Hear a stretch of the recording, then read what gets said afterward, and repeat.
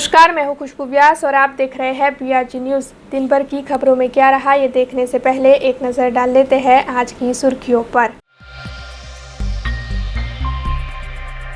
देश के प्रधानमंत्री नरेंद्र मोदी की ओर से शिमला में आयोजित करवाया गया गरीब कल्याण सम्मेलन। वडोदरा में सम्मेलन का वर्चुअल कार्यक्रम हुआ आयोजित। विदेश मंत्री डॉक्टर एस जयशंकर, शिक्षा मंत्री जीतू वाघानी, सांसद रंजनबेन भट्ट समेत के राजनीतिक अग्रणी रहे उपस्थित। पाटीदार नेता हार्दिक पटेल 2 जून को प्रदेश भाजपा अध्यक्ष CR पाटिल की मौजूदगी में 15,000 कार्यकर्ताओं के साथ जुड़ेंगे भारतीय जनता पार्टी में। सूत्रों के हवाले से जानकारी आई सामने। केंद्रीय विदेश मंत्री डॉक्टर एस जयशंकर ने ली वडोदरा शी टीम की कार्यपद्धति के बारे में जानकारी। शी टीम की कार्यशैली से प्रभावित होकर विभिन्न राज्यों में भी शी टीम की रचना करने की कही बात। आइए अब देखते हैं खबरें विस्तार से। मेनोपॉज सोसाइटी वडोदरा की ओर से इंडियन मेनोपॉज सोसाइटी का वार्षिक सम्मेलन 3, 4 और 5 जून को आयोजित किया जाने वाला है। दरअसल इस वार्षिक सम्मेलन का theme health care landscape for 50+ रखा गया है और इस वार्षिक सम्मेलन में 300 से भी अधिक डॉक्टर सम्मिलित होने वाले हैं। वैसे इंडियन मेनोपॉज सोसाइटी के प्रमुख हैदराबाद से और जनरल सेक्रेटरी जम्मू से इस वार्षिक सम्मेलन में हिस्सा लेने के लिए पहुंचने वाले हैं। इस वार्षिक सम्मेलन को लेकर द्वारकेश अस्पताल के डॉक्टर बीनल देवेशिया ने ज़्यादा जानकारी दी है। नमस्कार, मैं doctor Binal Deveshia, gynaecologist, Dwarkesh hospital Baroda से। मुझे ये बताते हुए खुशी हो रही है कि मेनोपॉज सोसाइटी वडोदरा के द्वारा आयोजित किया जा रहा है इंडियन मेनोपॉज सोसाइटी IMS का वार्षिक सम्मेलन, एनुअल कॉन्फ्रेंस। 3, 4 और 5 जून बरोड़ा में ये होने वाला है और इसका जो थीम है that is health care landscape for 50+। तो इसके अंतर्गत जो प्रेसिडेंट हैं अंबुजा चुरानर जी हैदराबाद से आ रही हैं और सुधा शर्मा जी सेक्रेटरी जनरल जम्मू से आ रहे हैं और इसके अंदर 300 से ज़्यादा डॉक्टर सम्मिलित होने वाले हैं। इस कॉन्फ्रेंस के दौरान हम चर्चा विचारणा करेंगे कि 40 साल के ऊपर की जो स्त्री होती है उनके शरीर में जो बदलाव आते हैं, इसके बारे में पेरीमेनोपॉजल, मेनोपॉजल सिम्टम्स के बारे में चर्चा विचारणा की जाएगी। 40 साल के बाद स्त्री के शरीर में काफ़ी बदलाव आते हैं हार्मोनल चेंजेस की वजह से, जैसे कि शारीरिक बदलाव, ओस्टियोपोरोसिस, सार्कोपीनिया, जिसमें हड्डियां, मांसपेशियां कमज़ोर हो जाती हैं। मानसिक बदलाव जैसे कि डिप्रेशन, एम्प्टीनेस सिंड्रोम, चिड़चिड़पन। तो इस तरह से आप देखेंगे कि 40 साल के बाद अचानक स्त्री में बहुत बदलाव आता है। उसने अपने 40 साल ज़िंदगी के जो है वो कुटुंब के पीछे, समाज के पीछे लगाए हैं। अब ये ज़रूरी है कि हम भी, समाज की एक जवाबदारी है कि 40-50 साल की ऊपर की जो वरिष्ठ महिलाएं हैं उनके स्वास्थ्य के बारे में हम ध्यान दें और उनको ना सिर्फ दवाइयों से पर एक पूरा जो बोलते हैं ना कि जीवन शैली में बदलाव ज़रूरी है। मतलब दवाइयों के साथ साथ कसरत, योग, ध्यान, मेडिटेशन, क्रिएटिव हॉबीज़ में अपने आप को जोड़ना, जिससे कि आपका जो मन है वो हमेशा प्रफुल्लित रहे। तो यही हम मैसेज देना चाहते हैं और हमारे कॉन्फ्रेंस के दौरान लेक्चर के साथ साथ इस तरह के क्रिएटिव प्रोग्राम्स हैं। शाम को कल्चरल इवेंट्स भी हैं। होटल सूर्या पैलेस में इसका वेन्यू है और 5 जून को जिस दिन एनवायरनमेंट डे है उस दिन हम एक वॉकेथॉन का भी आयोजन किया है। इस वॉकेथॉन का थीम भी है हेल्थ केयर लैंडस्केप फॉर 50+, जिसमें हम ये खास सब शहरजनों को बताना चाहेंगे कि 40-50 साल की उम्र पे जो लेडीज़ हैं उनका खास रेगुलर एनुअल चेकअप करवाएं, हेल्थ स्क्रीनिंग करवाएं, जिससे कि हम कैंसर का जो रेट है उसको कम कर सकें और अगर कैंसर है तो उसको अर्ली स्टेज पे पकड़ सकें। तो इस तरह से ये IMS कॉन करके कॉन्फ्रेंस है इंडियन मेनोपॉज सोसाइटी की। जूनागढ़ से ये खबर सामने आ रही है, जहां पर महानगर पालिका की ओर से गांधी चौक में लड़ाकू विमान रखवाया गया है। दरअसल ये विमान जहां पर रखवाया गया है वहां पर नीचे ऑयल गिरा हुआ है और ऑयल गिरने की वजह से वहां पर गंदगी हो गई है। इसके अलावा लड़ाकू विमान के आसपास की रेलिंग भी टूट गई है, लेकिन महानगर पालिका की ओर से इस मामले में कोई सूद नहीं ली जा रही है। इसके चलते इस मामले को लेकर स्थानीयों में रोष देखने मिल रहा है और स्थानीयों की ओर से इस जगह को जल्द से जल्द ठीक करवा देने की मांग की जा रही है। ओल्ड पादरा रोड पर जो सबसे बड़े ब्रिज का निर्माण कार्य जारी है, उस ब्रिज के बनाने में नड़तर रूप हो रहे 3 मंदिरों को नमस्कार, आप देख रहे हैं BRG न्यूज़। वडोदरा शहर में ओलपादरा रोड पर जो सबसे बड़े ब्रिज का निर्माण कार्य जारी है, उस ब्रिज को बनाने में नर्तक रूप बन रहे 3 मंदिरों को वडोदरा महानगर पालिका की ओर से आधी रात को तुड़वा दिया गया था, जिसके चलते वहां मंदिरों में मौजूद मूर्तियां खंडित होने का मामला भी सामने आया था। हालांकि इस मामले को लेकर लगातार हिंदू संगठनों और कांग्रेस पार्टी की ओर से विरोध जताया जा रहा है और इसी मामले को लेकर मंदिर के पुजारी की ओर से गोत्री पुलिस थाने में शिकायत भी दे दी गई थी। हालांकि उसके बाद कांग्रेस पार्टी की ओर से कल कांग्रेस कार्यालय पर पत्रकार परिषद का आयोजन भी करवाया गया था और फिर एक बार इस मुद्दे को साझा किया गया था। वैसे इस पत्रकार परिषद के बाद मंदिर के पुजारी की ओर से जो शिकायत दी गई थी, उसके आधार पर पुजारी को कोतरी पुलिस थाने में बुलवाया गया था और मंदिर के पुजारी के साथ आज कांग्रेस के प्रमुख ऋत्विक जोशी और कांग्रेस के कार्यकर भी कोतरी पुलिस थाने पहुंचे थे। हालांकि उस वक्त वहां पर पुलिस अधिकारी मौजूद नहीं थे। ऐसे में इस मामले को लेकर शहर कांग्रेस के प्रमुख ऋत्विक जोशी ने क्या प्रतिक्रिया दी है, आइए आपको सुनाते हैं। આજે ગોત્રી પોલીસ સ્ટેશન જે હેમોર સર્કલ પાસે જે રામ ભક્ત હનુમાનજીનું જે મંદિર અડધી રાતે કોર્પોરેશનના સત્તાધીશોના ઇશારે, મેયરના ઇશારે, કમિશનરના ઇશારે જે મંદિર તૂટ્યું હતું બુલડોઝર અને JCB મશીનથી, એ મંદિરના જે મહારાજ છે એમને 14 તારીખે ગોત્રી પોલીસ સ્ટેશનમાં અરજી આપી હતી અને એમને અરજીમાં જણાવ્યું હતું કે આ મંદિર અડધી રાતે ચોરોની જેમ તોડ્યું છે, મહારાજને વિશ્વાસમાં ના લીધા, એમને કોઈ નોટિસ ના આપી અને દબાણ છે એમ કહીને મંદિર તોડ્યું, મૂર્તિ ખંડિત થઈ। જ્યારે મહારાજે તે સમયે પૂછેલું ત્યારે સત્તાધીશોએ એવો જવાબ આપેલો કે મૂર્તિ સહી સલામત ગોરવામાં છે, પરંતુ એ મૂર્તિ આપણને નવલખીના કમ્પાઉન્ડમાં મલબામાંથી મળી હતી અને રાત્રે મહારાજ જ્યારે મૂર્તિ તે ગ્રાઉન્ડ પર આવ્યા હતા અને એમને ઓળખી કે આ એ જ મૂર્તિ છે જે એમના મંદિરમાં વર્ષોથી પૂજા કરતા હતા, ત્યારે રાત્રે પણ વડોદરાના મેયરે એવું કીધેલું કે આ એ મૂર્તિ નથી અને સવારે એ જ મેયર એ મૂર્તિ લેવા જાય છે। એટલે કેટલું જુઠ્ઠું આ લોકો બોલે છે એનો આ પુરાવો છે। જે મહારાજ છે ભીખાભાઈ, એમની જે અરજી હતી 14 તારીખની, આજે 31 તારીખ થઈ ગઈ, 17-18 દિવસ થઈ ગયા, પણ આ સુધી એમની જે અરજી છે એને FIRના રૂપમાં કમ્પ્લેન કરવામાં આવી નથી।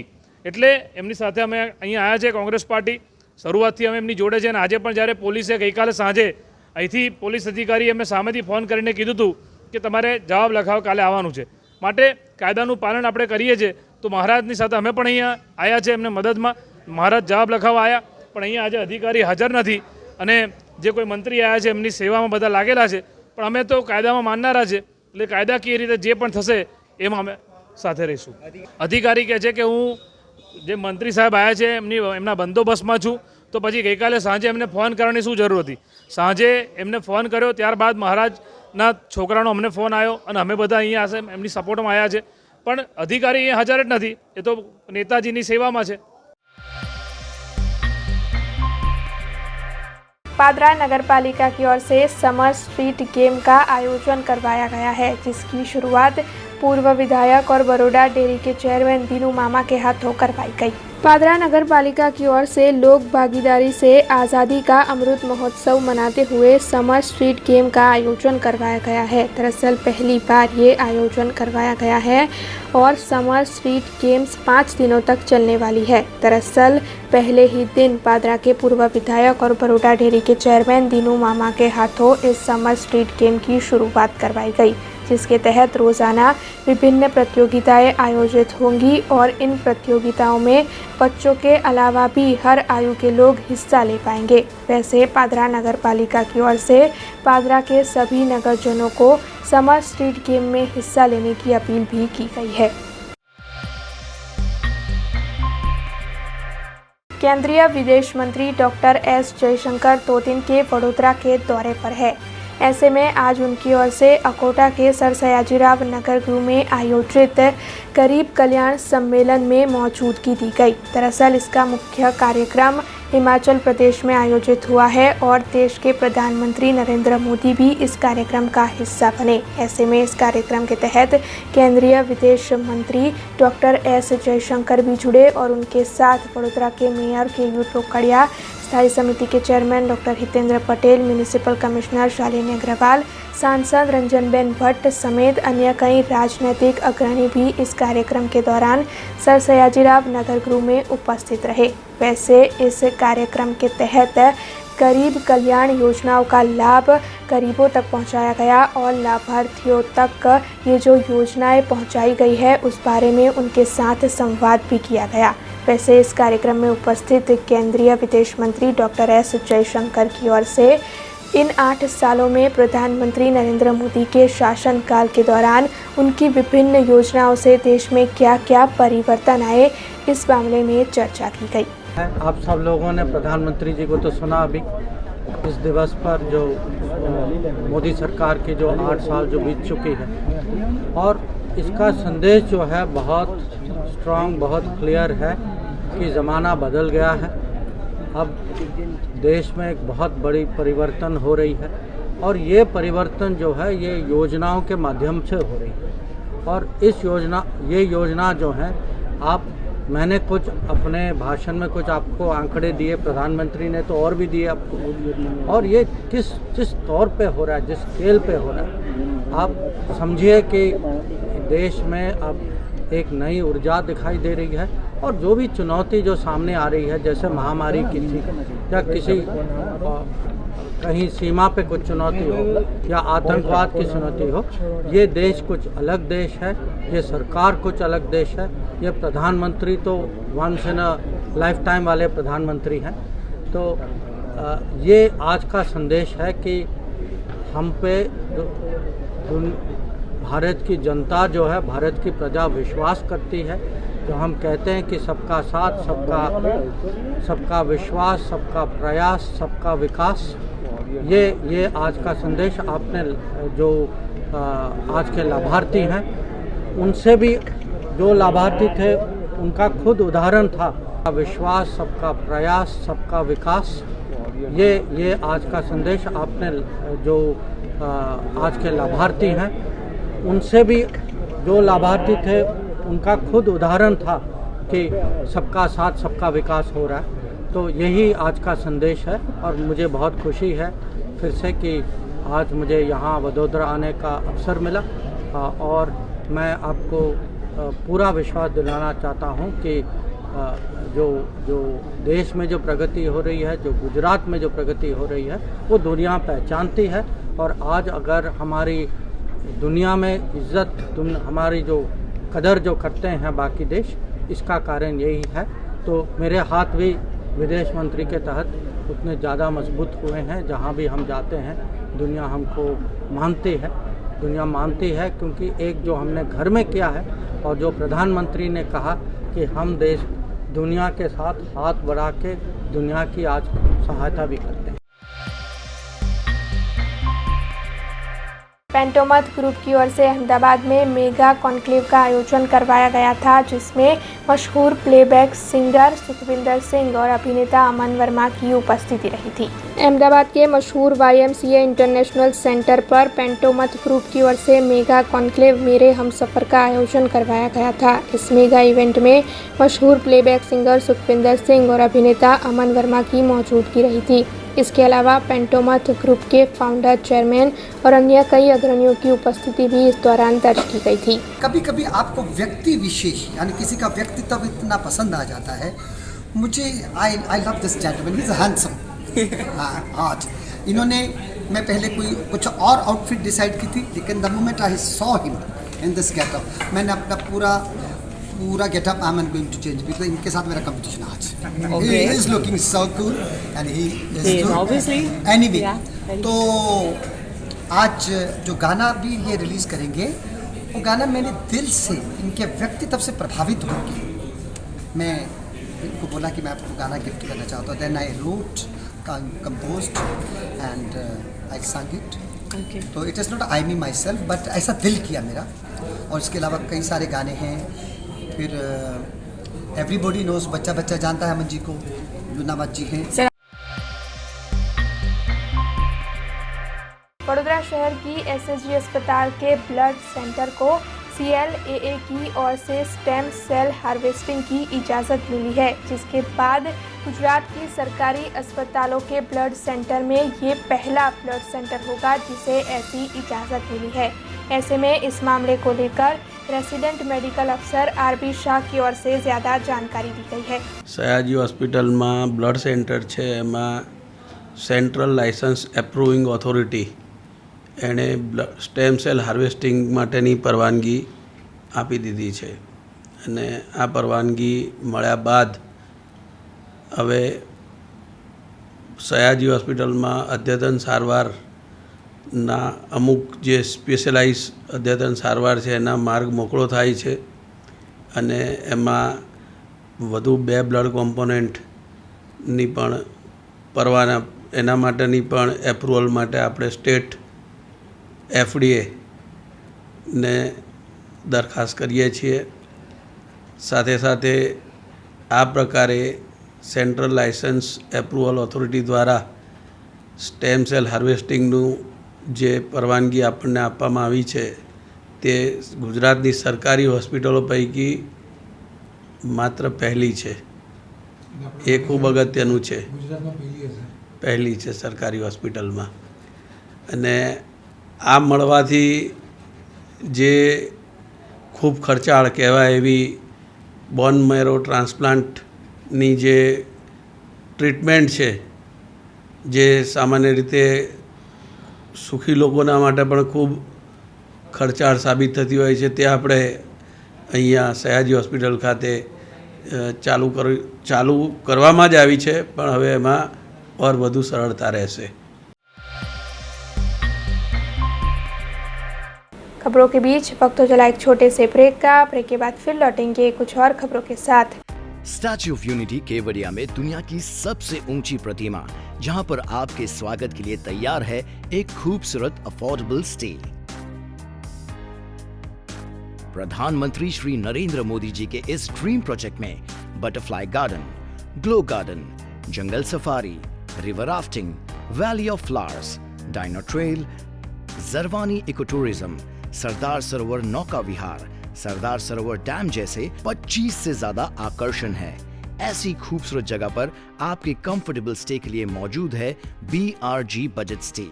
BRG बजट स्टे में आपको मिलेगा अफोर्डेबल लग्जूरियस स्टे, खाने पीने और रहने की बेस्ट फैसिलिटी से सज्ज 150 रूम्स।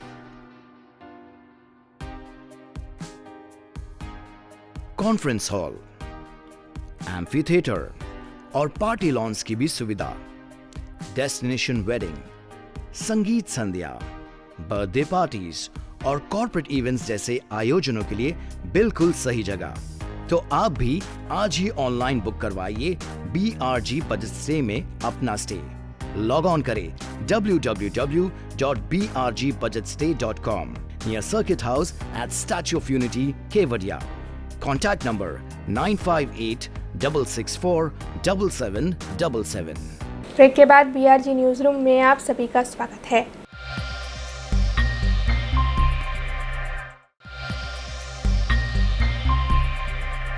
शिनोर तालुका के कुक्कश गांव में जो नर्मदा नदी है, वहां पर आसपास जो प्लांटेशन बना हुआ है उस पर कई लोगों की ओर से अवैध तरीके से पेड़ को गिराकर कोयले गिराने की कोशिश की गई, जिसके चलते इस मामले को लेकर पर्यावरण प्रेमियों में काफ़ी रोष देखने मिल रहा है और इन लोगों पर कड़ी कार्रवाई करने की मांग भी पर्यावरण प्रेमियों की ओर से की जा रही है। शिनोर तालुका के कुक्कश गांव से नर्मदा कैनाल निकलती है। इस कैनाल के आसपास कई पेड़ पौधे उगाए हैं और नर्मदा निगम की ओर से इन पेड़ पौधों की रक्षा करने के लिए चौकीदारों को भी रखा गया है।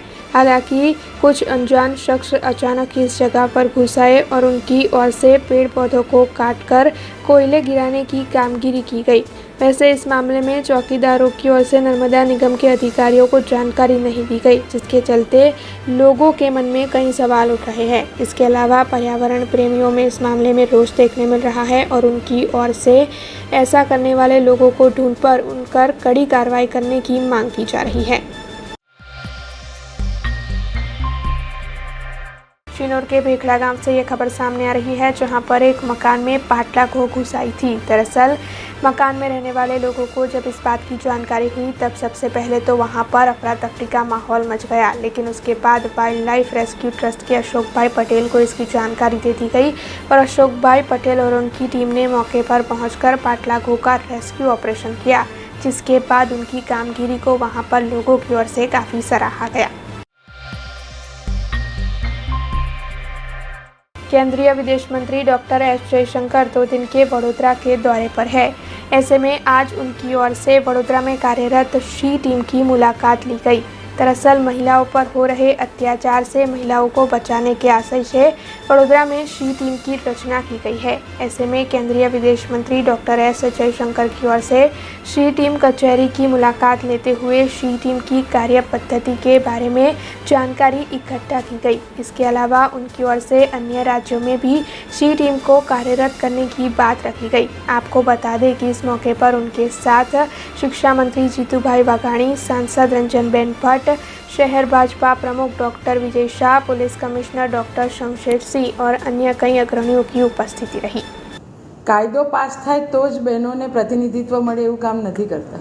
વગર કાયદે દેશના પ્રધાનમંત્રીએ કોર્પોરેશન હોય, વિધાનસભા હોય કે લોકસભા હોય, તમે વિચારો કે ગુજરાતની લોકસભાની સીટ કેટલી? 26. એમાંથી મહિલા સાંસદ કેટલા? 6 છે ને પ્રતિનિધિત્વ બહેનોને.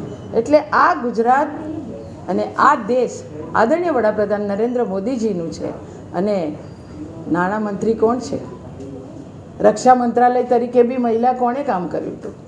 સ્પીકર તરીકે પણ અમારા સુમિત્રાજીએ કામ કર્યું હતું. આ મહિલા પ્રતિનિધિત્વ આદરણીય વડાપ્રધાન નરેન્દ્ર મોદીજી આપી રહ્યા છે. અને મહિલાઓ સશક્તિકરણ દ્વારા ગૃહ ઉદ્યોગ કરીને મહિલાઓ પગભર બી થાય એ કામ બી તો પ્રધાનમંત્રીશ્રીએ કર્યું છે. એટલે આદરણીય પ્રધાનમંત્રીશ્રી દરેક સ્કિલમાં, દરેક ક્ષેત્રમાં મહિલાઓ આગળ વધે, ચાહે નોકરિયાત હોય, ક્યાં તો રાજકીય હોય, આ પ્રધાનમંત્રીશ્રી ચિંતા કરી રહ્યા છે. અને રાજકીય જીવનમાં પણ અમને બહેનોને ખૂબ પ્રોત્સાહન મળી રહ્યું છે. ધન્યવાદ.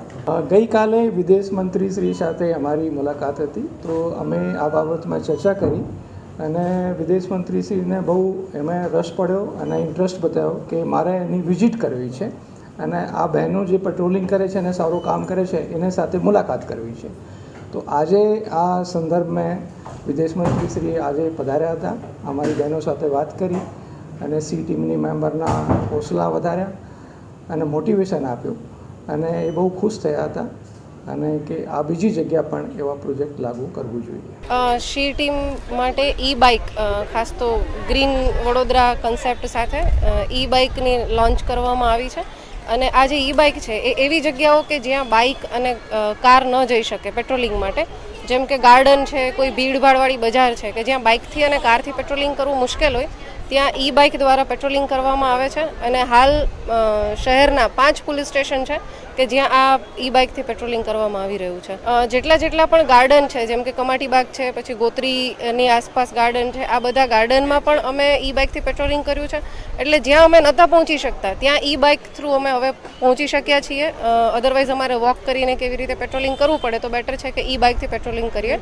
અને સાથે સાથે બજારો છે અહીંયાની વડોદરાની છે કે જેમાં ભીડભાડ હોય છે, તો આ બજારોમાં પણ અમે હવે ઈ બાઇકથી ઇઝીલી પેટ્રોલિંગ કરી શકીએ છીએ.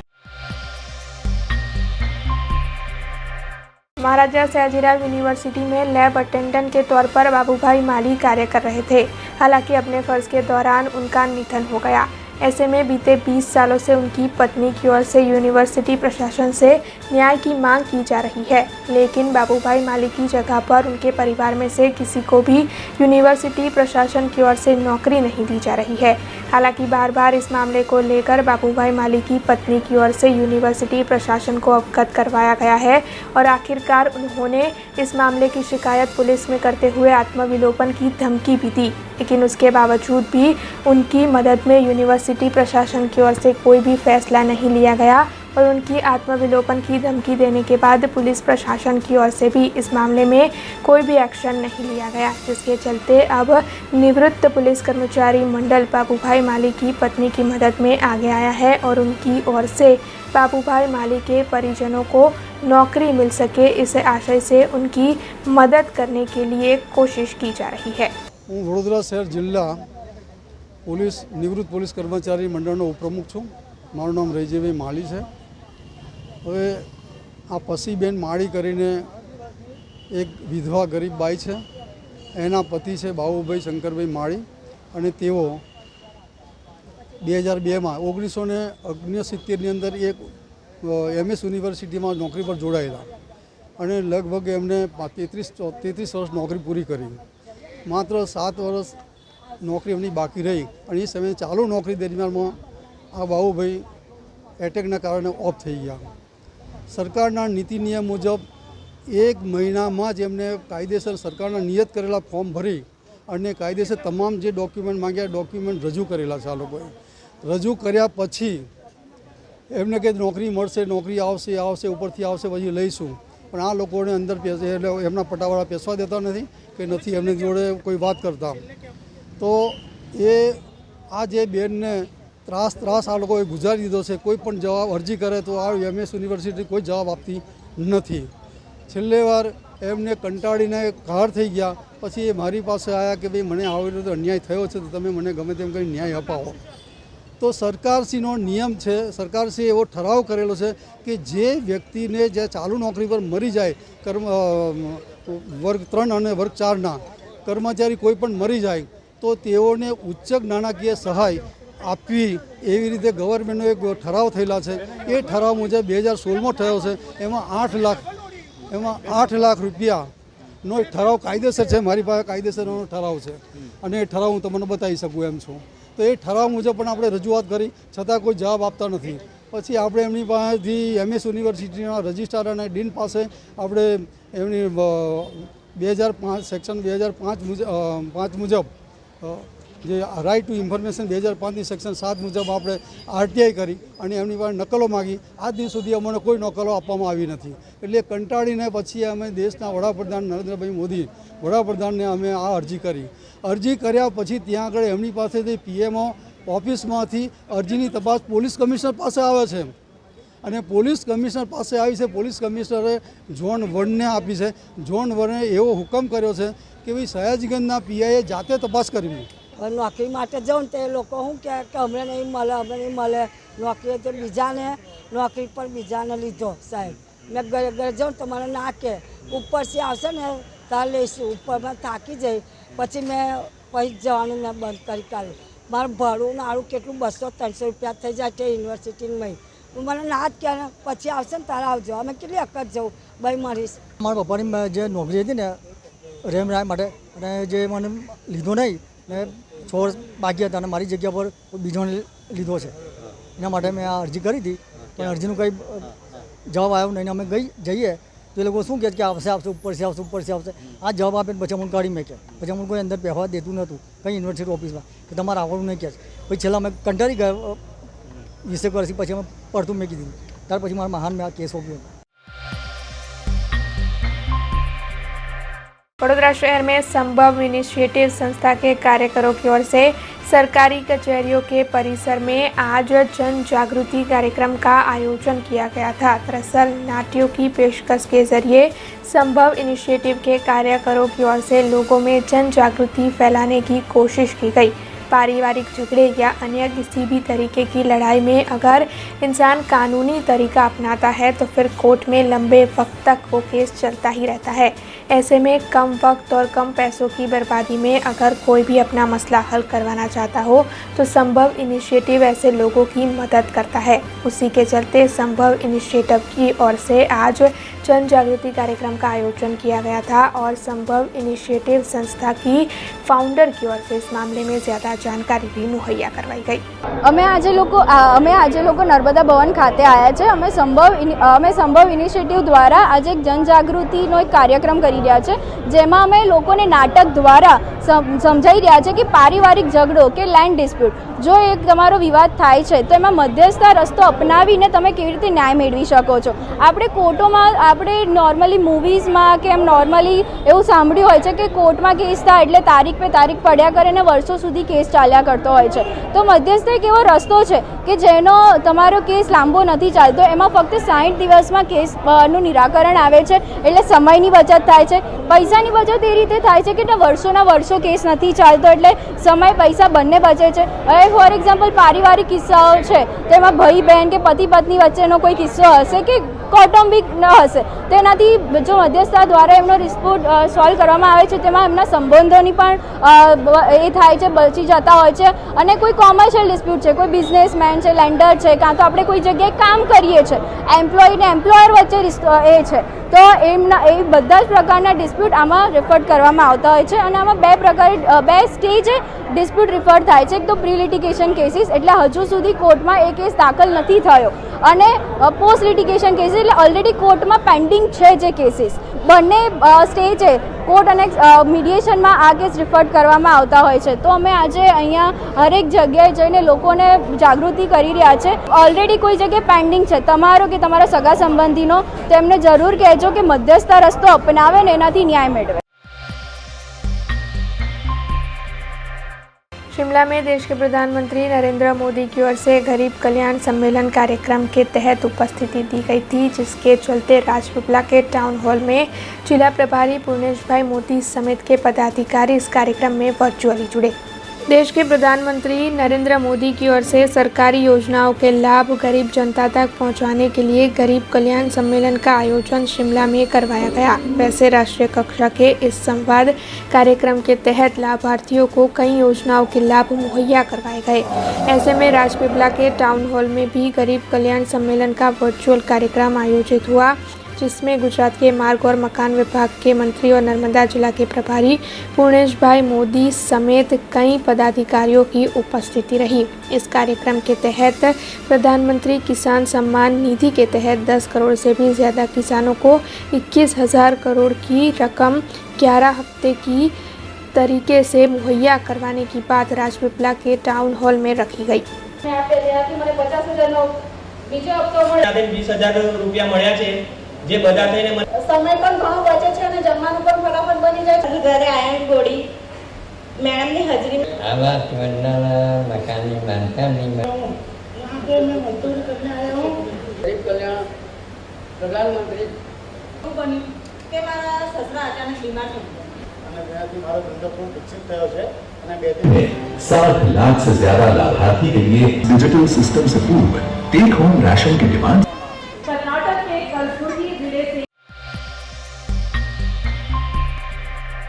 मालियाहाटीना के आंबलगढ़ गांव से ये खबर सामने आ रही है, जहां पर 9 साल के एक बच्चे पर तेंदुए ने हमला किया है. दरअसल 9 साल का ये बच्चा अपनी दादी के साथ भेड़ बकरियां चराने के लिए गया था. दोपहर के वक्त उस समय तेंदुए ने उस बच्चे पर हमला कर दिया. हालांकि बच्चे को तुरंत ही अस्पताल ले जाया गया, जहां डॉक्टर्स ने बच्चे को भयमुक्त घोषित कर दिया. लेकिन ये जो घटना मालियाहाटीना में घटी है, उसके चलते स्थानीयों में डर का माहौल बना हुआ है. और नाम क्या बनो बनाव तुम्हारो? सांद्रावणी बाजू જે હુમલો થયો એ કોણ છે ભાઈ? એ મારા દીકરા. કેટલી ઈજા પહોંચી છે?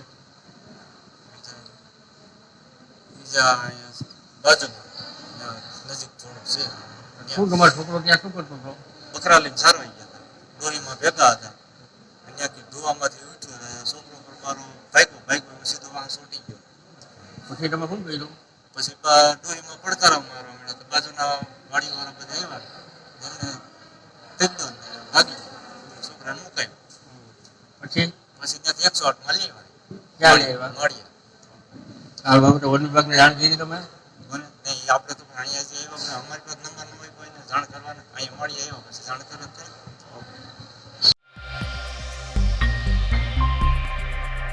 पीएपीएस स्वामीनारायण संस्था की ओर से व्यसन मुक्ति अभियान के तहत नवलखी मैदान से परम पूज्य ज्ञानवत्सल स्वामी की उपस्थिति में आज रैली का आयोजन करवाया गया, जिसमें कई राजनीतिक अग्रणियों की उपस्थिति दर्ज की गई.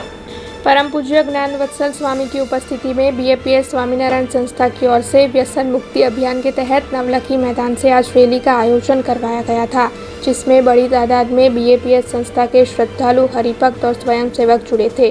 भारतीय जनता पार्टी के गुजरात प्रदेश के महामंत्री भार्गवभाई भट्ट, भारतीय जनता पार्टी वडोदरा महानगर के अध्यक्ष डॉक्टर विजय शाह, भारतीय जनता पार्टी के नेता और भारत सरकार के एडा के चेयरमैन शब्दशरण ब्रह्मभट्ट, अकोटा के विधानसभा के विधायक सीमाबेन मोहिले, डिप्टी मेयर नंदाबेन जोशी और स्थायी समिति के चेयरमैन डॉक्टर हितेंद्र पटेल समेत के कई राजनीतिक अग्रणी भी इस रैली में जुड़े थे। वैसे विभिन्न फ्लोट्स के तहत ये रैली नवलखी मैदान से निकली और कोठी कचहरी, जुबेली बाग, न्याय मंदिर होकर नवलखी मैदान पर पहुंचकर समाप्त की गई। श्री स्वामीनारायण भगवाननी जय, प्रमुख स्वामी महाराजनी जय, महंत स्वामी महाराजनी जय, प्रमुख स्वामी महाराज शताब्दी महोत्सवनी जय। બ્રહ્મ સ્વરૂપ પ્રમુખ સ્વામી મહારાજના જન્મ શતાબ્દી મહોત્સવ નિમિત્તે જે આ વર્ષે 2022માં ખૂબ ભવ્યતાથી ઉજવાશે, આ ઉનાળાના વેકેશન દરમિયાન આ નાના બાળકો અને બાલિકાઓએ ખૂબ સુંદર સમાજ જાગૃતિનું અભિયાન આદર્યું છે। જે બાળકો છે 10, 11, 12, 13 વર્ષના, એ લોકોએ વ્યસન મુક્તિ અભિયાન એ ખૂબ સારી રીતે ચલાવ્યું।